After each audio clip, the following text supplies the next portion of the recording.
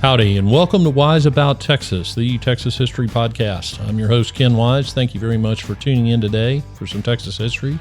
Today, we are going to talk about the American buffalo. Now, technically, these animals are, or I should say more correctly, they're called bison. You're going to hear me use the term bison and buffalo interchangeably because that's how we've done it for over 100 years, and I'm not about to change. So don't bother emailing me about that. They're often called the American buffalo, often called bison. So here we go. The meat of this episode, pun intended, is not really the history of the bison in North America or even about saving them from extinction, although I am going to talk a little bit about that. I heard a great story a little while back about a buffalo versus bull fight, and it was too good not to tell. So if you hold your mouth just right and squint a little bit, we can somehow call this Texas history, kind of, sort of, but we're going to roll with it. Now, no doubt you've heard all about the great herds of buffalo that used to roam the plains. And in prehistoric times, there were millions of buffalo roaming North America, from the forests of Alaska all the way down into Mexico, all the way west to what's now Nevada and east to the Appalachian Mountains. And here are a few facts about the bison that are pretty interesting. They are the largest mammal in North America. The bulls can weigh up to 2,000 pounds. They can stand up to 6 feet tall.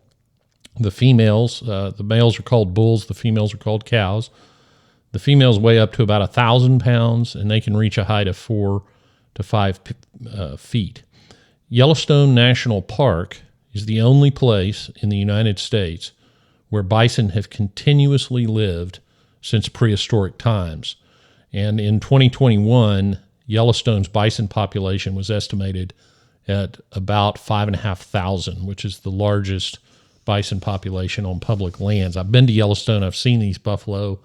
They are truly amazing, but do not get out of your car and try to take a picture, because a buffalo can run up to 35 miles an hour, which is racehorse speed, and they are extremely agile, as you will learn during this story. They are also fairly strong swimmers.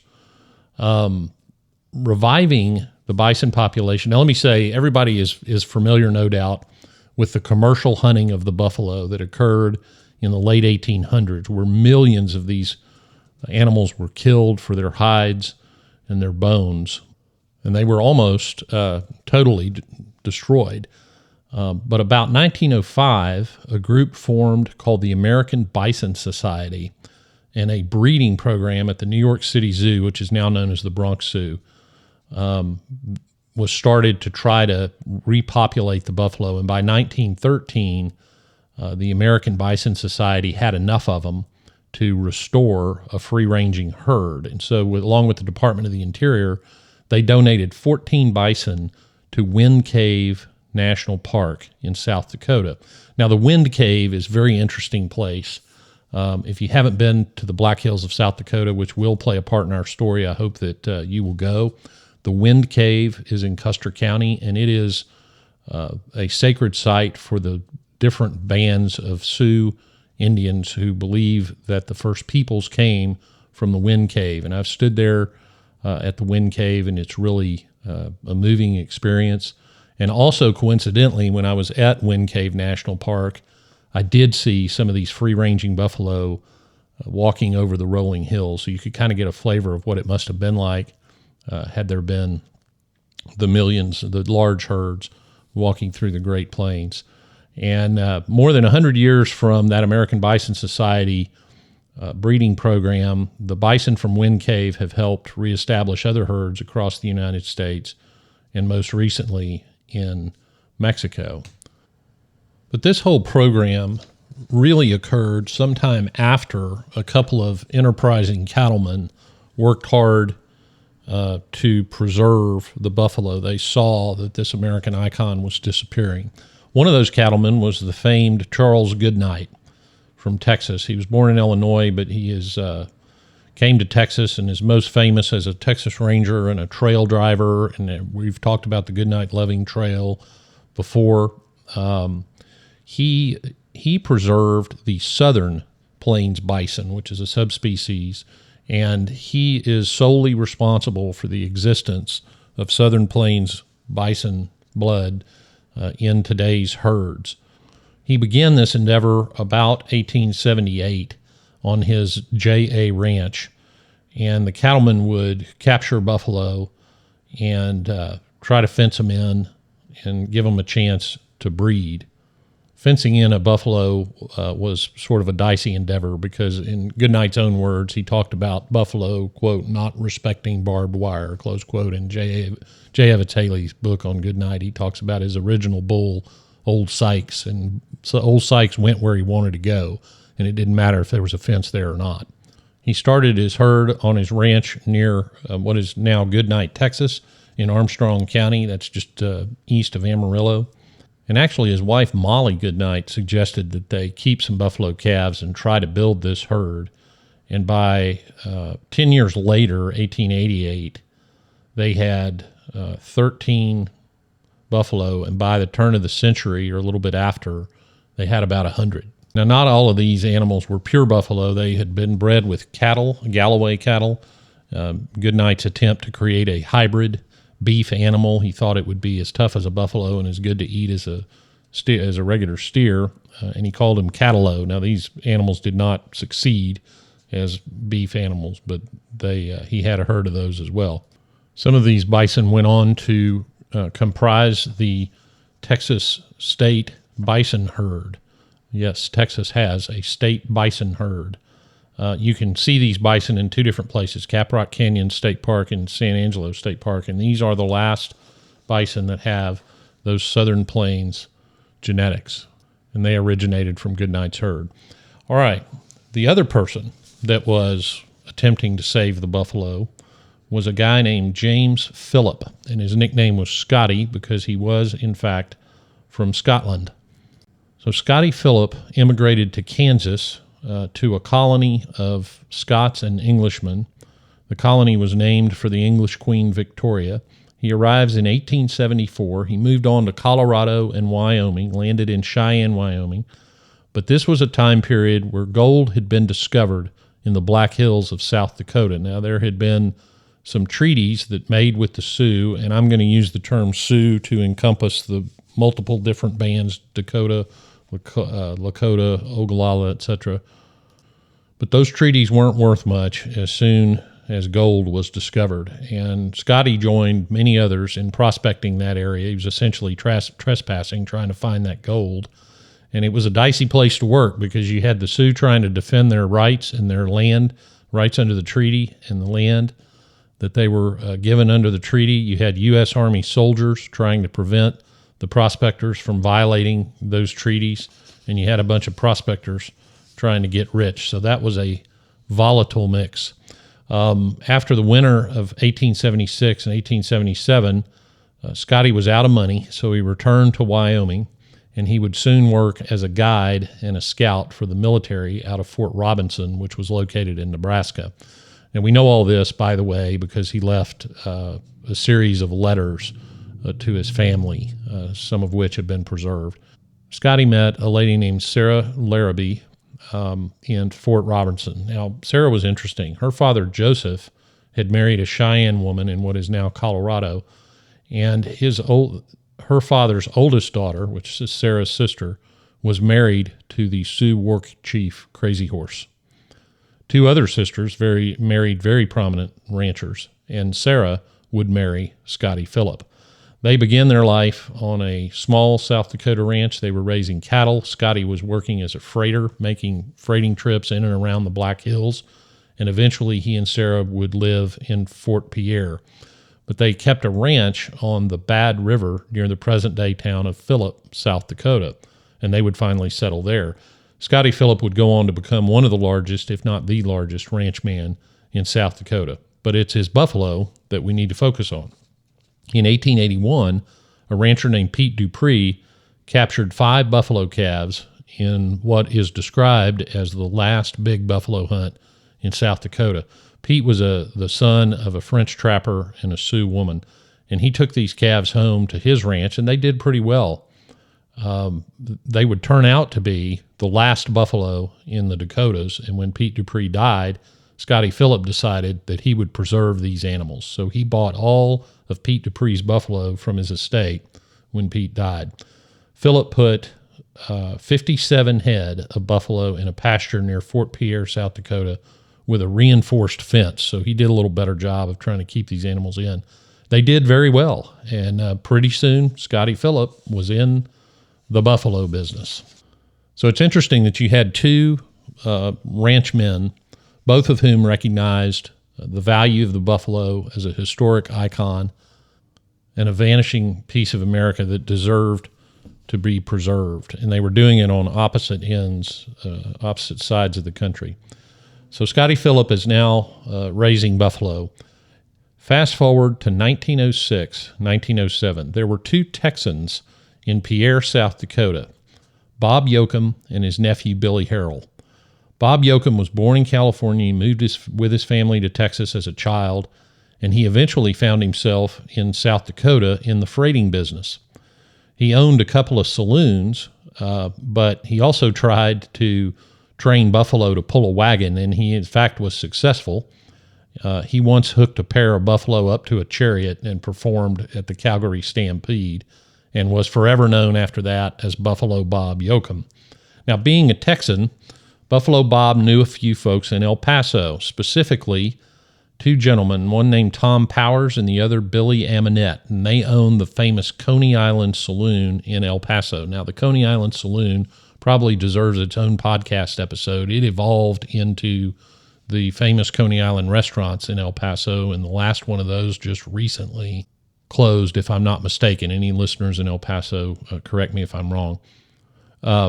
In the Coney Island Saloon, by the way, one of the last Old West-style gunfights occurred in the early 1900s. Again, that's a different story. But this was a very famous place in El Paso. And as occasionally happens in saloons, a discussion arose about which animal was tougher, the American buffalo or a Mexican fighting bull. Well, you can imagine what happened almost immediately. Being Texans, bets were made, and the game was on. So here was the deal. The South Dakotans were going to ship two buffalo bulls down to Juarez, Mexico, and pit them against the best fighting bulls that could be found in Juarez.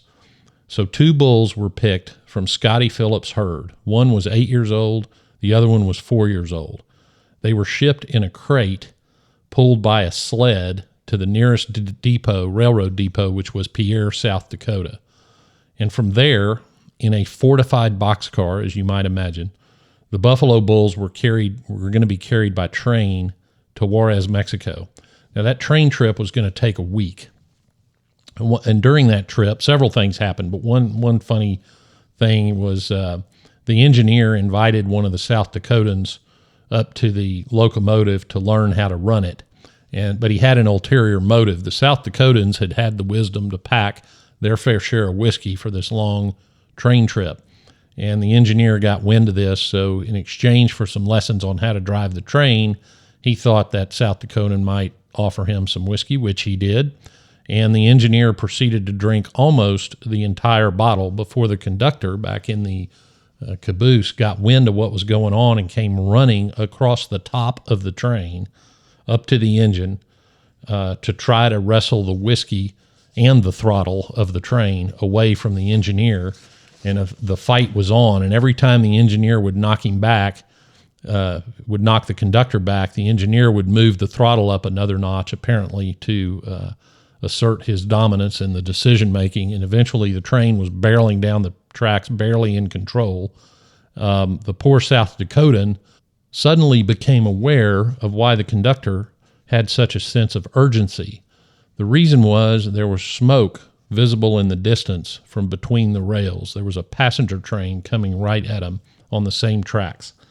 The South Dakotan was said to have looked back and seen two brakemen and the firemen hanging off the train about to jump as it was barreling toward this passenger train. Luckily, the engineer on the passenger train moved his train onto a sidetrack in time, and disaster was averted as the buffalo train whizzed past the sidetrack passenger train. Finally, and perhaps by no small miracle, the buffalo train made it to El Paso. There was one small problem. No one seemed to plan ahead and figure out how they were going to get the buffalo car across the border because they had not talked to customs. So they went and they talked to the customs agent, asserting that this really shouldn't be a problem. There was an important fight, and these buffaloes needed to go across the border. So the customs officer either believed him or really wanted to see this fight, but they finally got him across the border. When they did, though, the Mexican authorities were not inclined to allow these buffalo in the country, and frankly, they'd probably never seen one before. Luckily, one of the South Dakotans had his Masonic ring on, and the yardmaster of the trains, also a Mason, allowed him in. So they took the buffalo to the unloading chute of the bull ring at Juarez for the fight. The deal that had been cut was that the South Dakotans and the management of the bull ring were to split the proceeds from what was no doubt going to be a great day of entertainment. The owner of the Juarez bull ring had arranged for there to be 4 regular bullfights, and then the 5th, the finale, would be the vicious Mexican fighting bull competing with the peace-loving buffalo.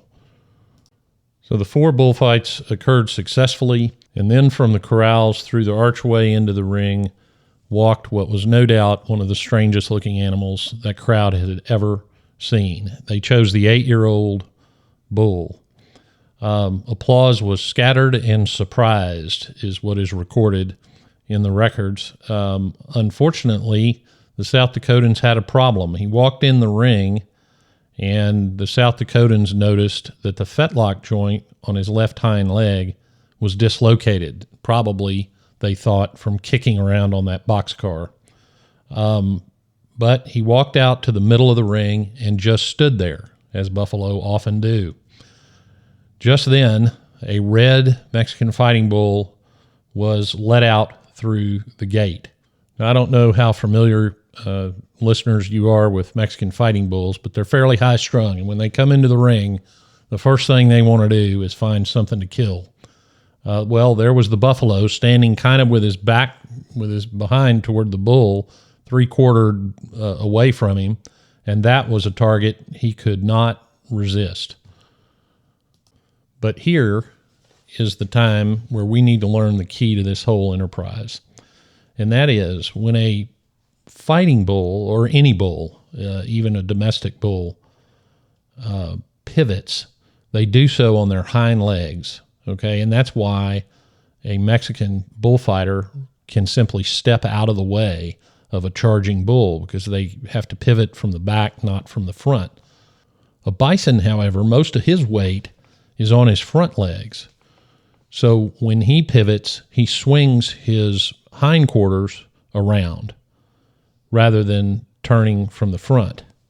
So this Mexican bull takes off after this buffalo from behind, and it probably looked like the buffalo didn't even see him, and then right at the last second, all that buffalo had to do was swing around his hindquarters, which he did, and he met that Mexican bull head on. Well, that surprised the bull. He backed off. He walked around, or trotted around that buffalo until he had the same angle, and he charged again. The same thing happened. Right before impact, the buffalo swings his rear end around, and this time put a little force into it and met the bull head on and knocked him back onto his haunches.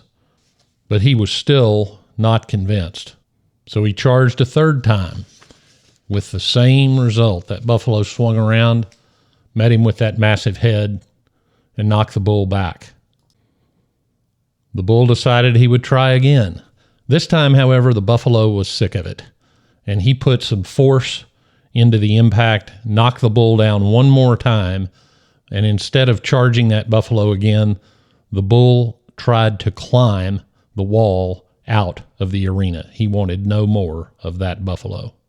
Now, this was a problem for the manager from the Mexican side, a guy named Felix Robert, because the crowd would turn against him. And so Felix decided that he would turn in another fighting bull with that same buffalo. The South Dakotans agreed, and here comes another angry, fresh fighting bull down the chute.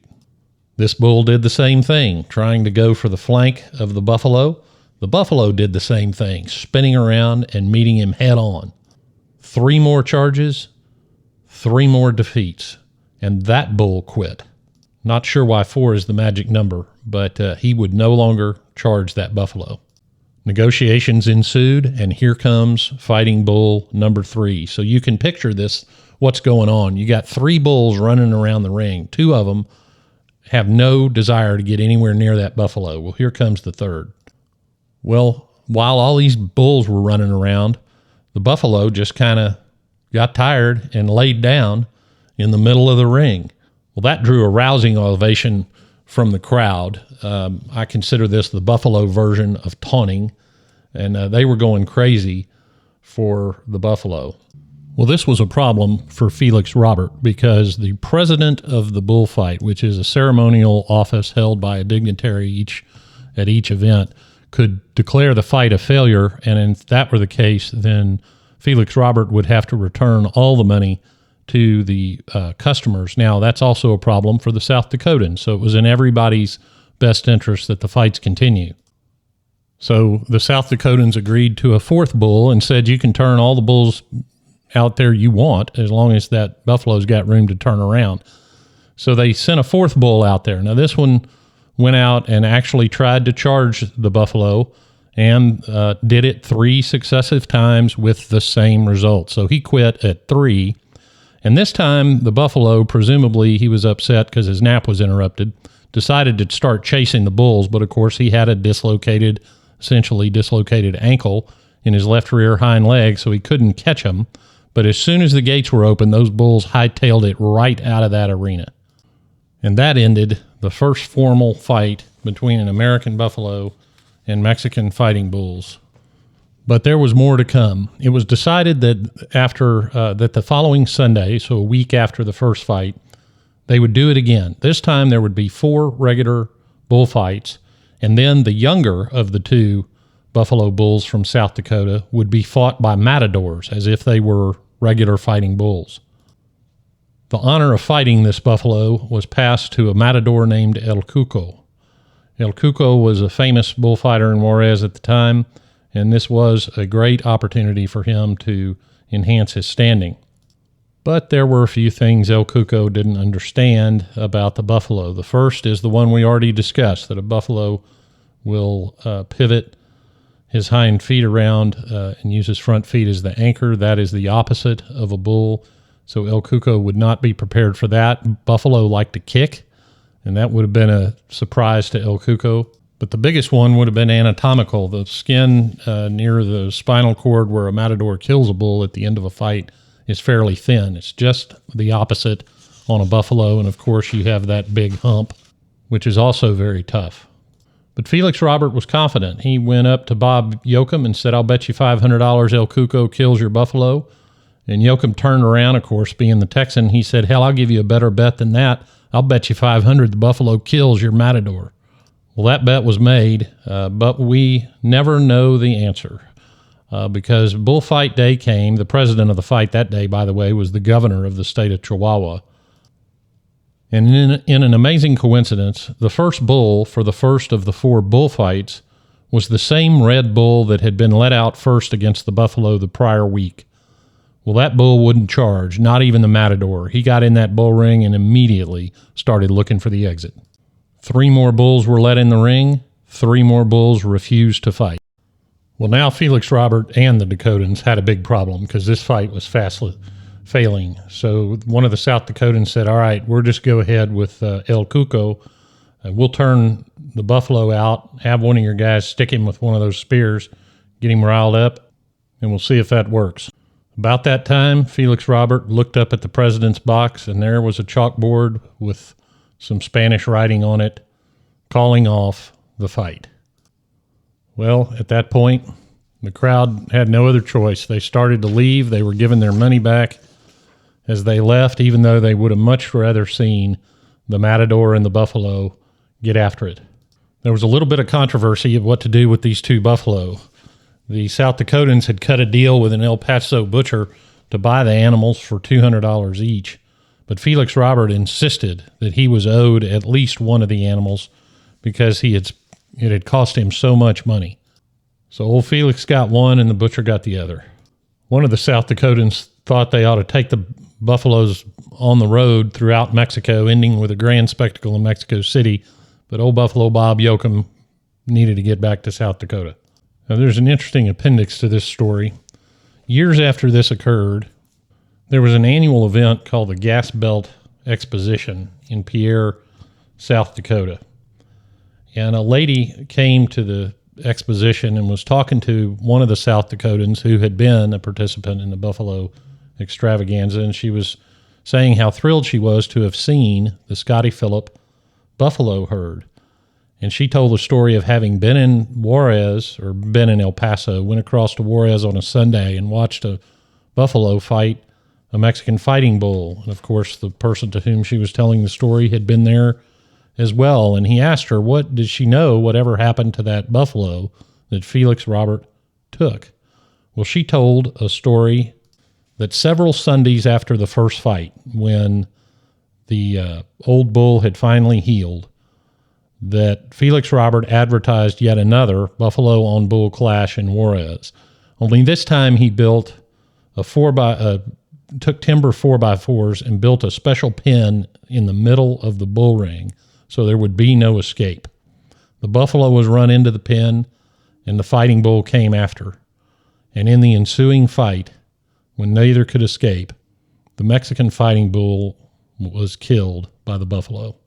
And as far as I'm concerned, that settles the question of which animal is tougher.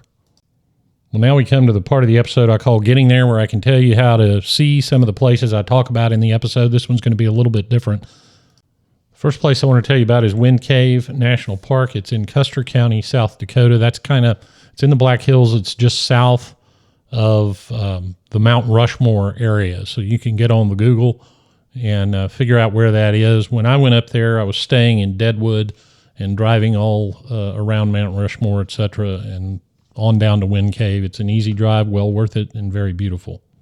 In Texas, there are two state parks with bison. Now, this is, I think this is accurate, Caprock Canyon State Park near the town of Kittiquay, and then San Angelo State Park.